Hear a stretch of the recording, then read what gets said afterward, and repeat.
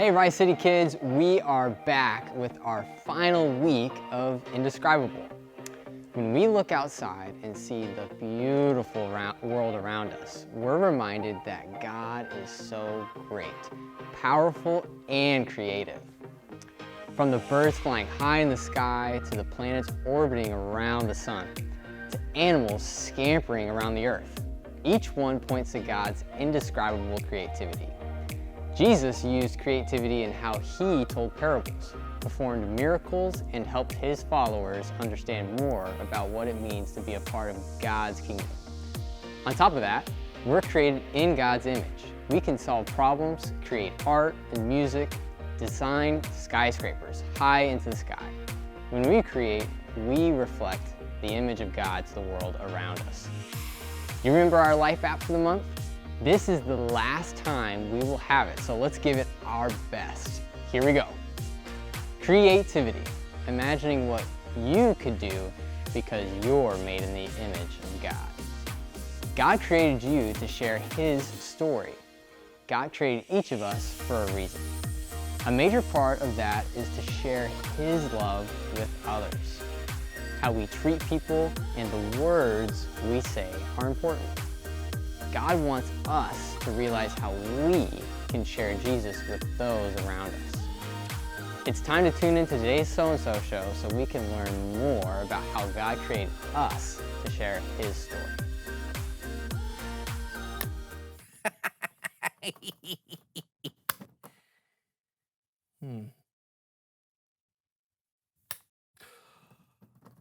A six-legged chicken is chicken for everyone.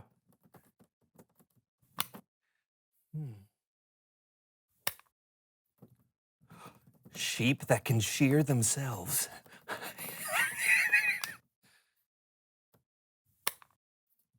A pair of glasses that'll let you see behind you. Oh, yeah.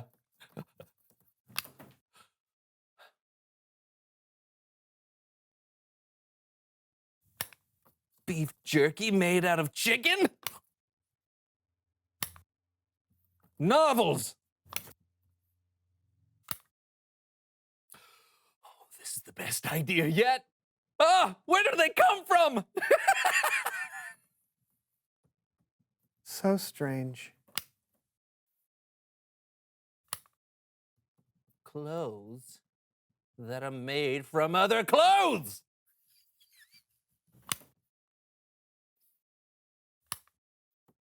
Pat Sajak, scented deodorant.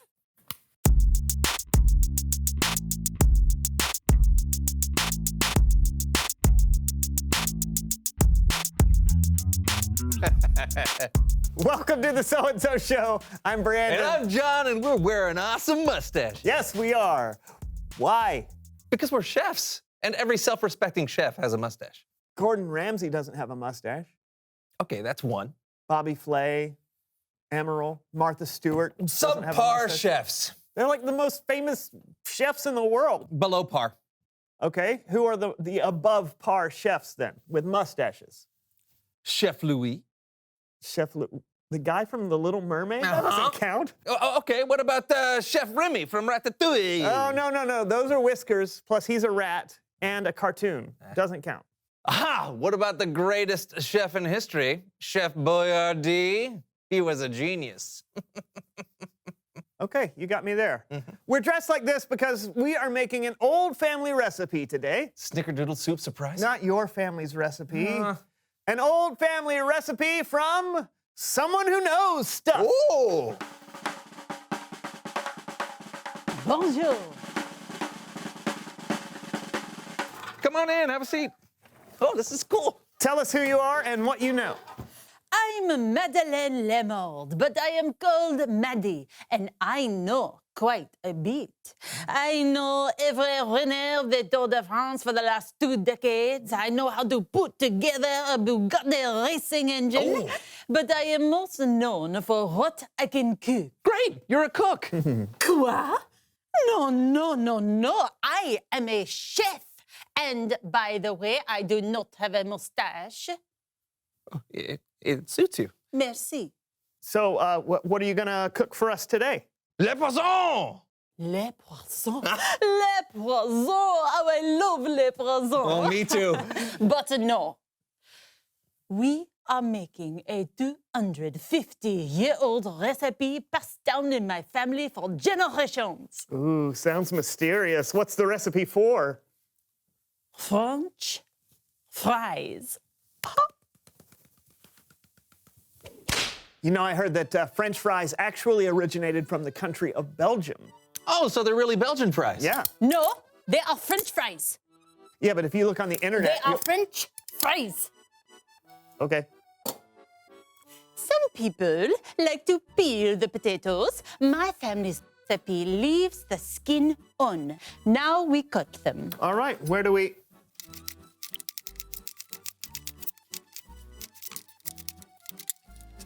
Voila. start? You batter the fries. All right. This batter is what makes these French fries so special and so delicious. This batter is made with flour ground from the wheat kernels from the finest wheat fields in France. And then we add a precise amount of white grape juice squeezed by hand directly into the bowl. And then, of course, this batter contains the perfect blend of our secret family herbs and spices. Yum! Batter up! You Yep. put the duck fat in the pot. All right, this is duck fat? Yes, of course. What else would you cook in? Yeah, Brandon. Sorry. So, Chef Maddie, is there like a recipe or something in a cookbook or on the internet that in case anyone wants to try this at The home? internet? A cookbook? Quoi? No. This is a secret family recipe. I was taught this recipe by my father, who learned it from his mother, who learned it from her great aunt, who learned it from her great grandfather, Chef Jean-Baptiste Honoré Le Monde. Did he have a mustache? We do not tell people the secret of the recipe because then everyone would know it. Well, I just thought that if the recipe is so delicious that you would want other people to know it so they could, share in the deliciousness. This is something I have not thought about. It has always just been a recipe passed down in my family. Oh, well, I can't wait to pass it down my throat into my belly. So are we going to cook these Belgian fries or what? Yes, of course. You must bake them bit by bit at 375 degrees until they are golden brown. Wait. You're sticking around to watch us cook them, right? Oh, I'm afraid not. No, I do not think I can keep this recipe to myself any longer. Everyone should know, no? No. I mean, yes. I mean, what? Be on the lookout for Chef Maddie's cookbook where all my secrets will be revealed. Magnifique! Bye. She didn't even say bye. Well, she's in a hurry. Do you want to put these in the oven? Oui, oui. Oh, you speak French now. No. I have to tinkle. Oui, oui. Ah! Oh! And I had to tinkle and put on some skin. Ow! It's Bible story time with Kellen.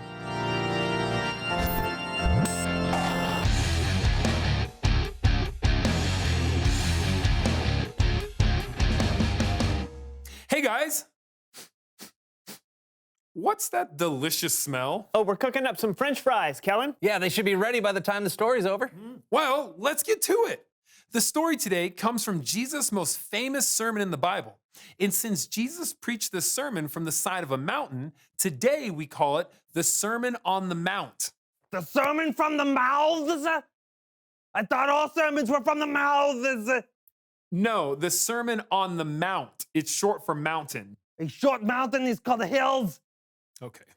So everyone, this is my friend Horvath. I'm guessing he's here to help me tell today's story. Thank you for having me on your shows, Callens. I am Horvath, and I am an expert in combining the mental trainings of learning the Bible with the physical trainings of making your muscles bigger. Perfect. So I'll tell the story, and Horvath, you give us some exercises to help us remember it. All right, let's do this. Okay, so Jesus was talking to a crowd of people from the side of a mountain. One of the things he said to his followers was this: you are the salt of the earth. First exercise. Okay, we are going to make salt for the earth. All right, so I put my hands on my hips like this and then rotate around. Click, click, click, click. This is called the salt grinder. We do it 24 times. Ready? Go. 1, click, click, click. 14, click, click, click. Elastigirl, click, click, click. 3-hole punch, click, click, click. 24! Hey, we made salt of the earth! Okay, that was fun, but what do you think Jesus was talking about when he said, you are the salt of the earth?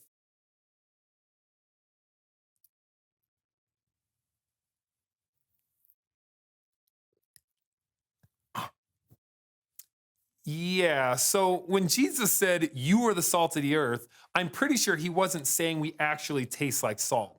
But salt is used to make food taste better, and salt is used to keep certain foods fresh. So maybe if we're the salt of the earth, Jesus was saying that we have the opportunity to make the world better somehow. You see?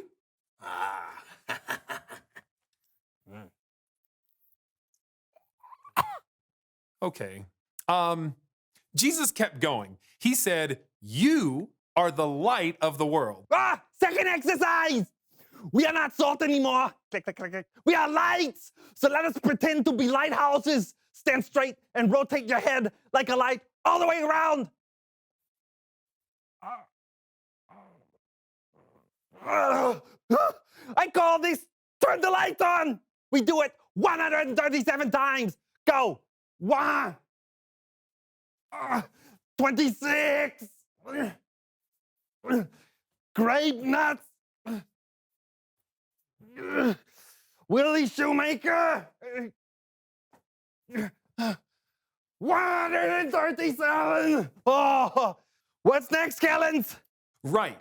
So first Jesus called people who followed him salt, and then he said we were light. Well, what do you think that means? Oh, no, don't do that again. No. Here, maybe this will help. Jesus said, you are the light of the world.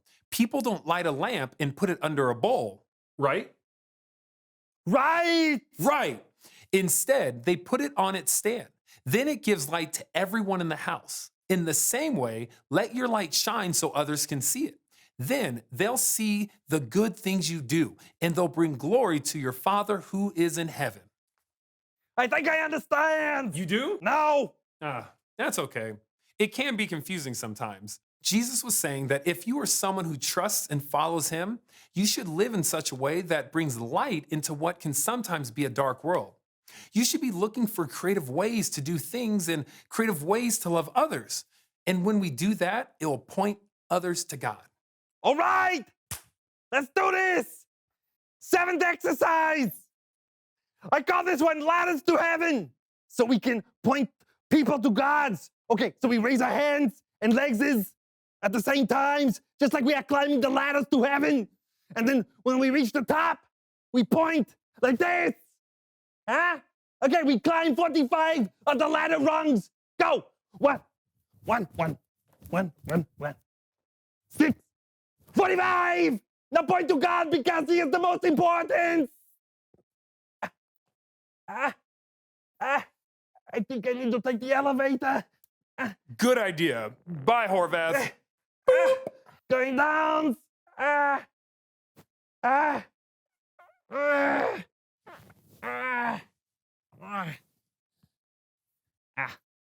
Well, just in case that wasn't clear, it boils down to this. You have the light inside of you, and it's up to you to decide how to use it. You can keep it to yourself, or you can let it shine. Back to you guys. Thanks, Kellen. Hey, what are some ways we can shine our lights? Oh, there are so many different ways because everyone is so different. Sometimes it's as simple as being nice to someone. Anyone can do that. But sometimes you need to use your own unique talents and abilities to point people to God. What's important is that you don't keep it to yourself. I mean, Do you ever think about how you'd feel if someone didn't point you to God? I'd feel so left out. Yeah, Jesus has been such a big part of my life. I want everyone to know him. Exactly. You're the best, Kellen. Thanks for shining your light. You bet. I'll see you guys next time. Bye. Let's do it. All right, reveal the question. Who first told you about God's story? What a great question, because those were people who shone their light to us. For me, it was a guy named Brett in my senior class at high school. Oh, cool. For me, it was my grandmother. Oh, cool. For me, it was my mom when she took me to Sunday school for the first time. Awesome. Are the fries ready yet? Oh. Ooh. All right. Oh, yum.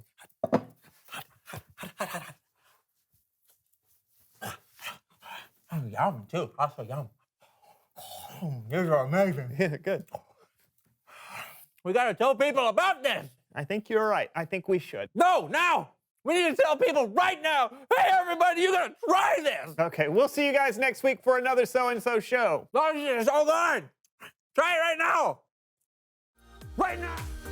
We finished up this month's series with the story of Jesus. Jesus told the people listening to the Sermon on the Mount, "You are the light of the world. A town built on a hill cannot be hidden." Matthew 5, verse 14. When we tap into how God created us, we can use our gifts and talents to point others to Jesus. All right, here comes the big test. It is our final week of trying to memorize the verse for this month. Then we get a new one next week. So say it with me. Lord, you are great. You are really worthy of praise. No one can completely understand how great you are. Psalm 145:3. Good job, everyone. I hope we all realize how great God is and how much more God is going to show us in our life ahead. Let's jump into our key question. Who told you about God's story? Wow, what a great question. For me, I didn't hear about God's story till I was in high school. A friend in my chemistry class was actually a Christian, and he shared the story of Jesus to me.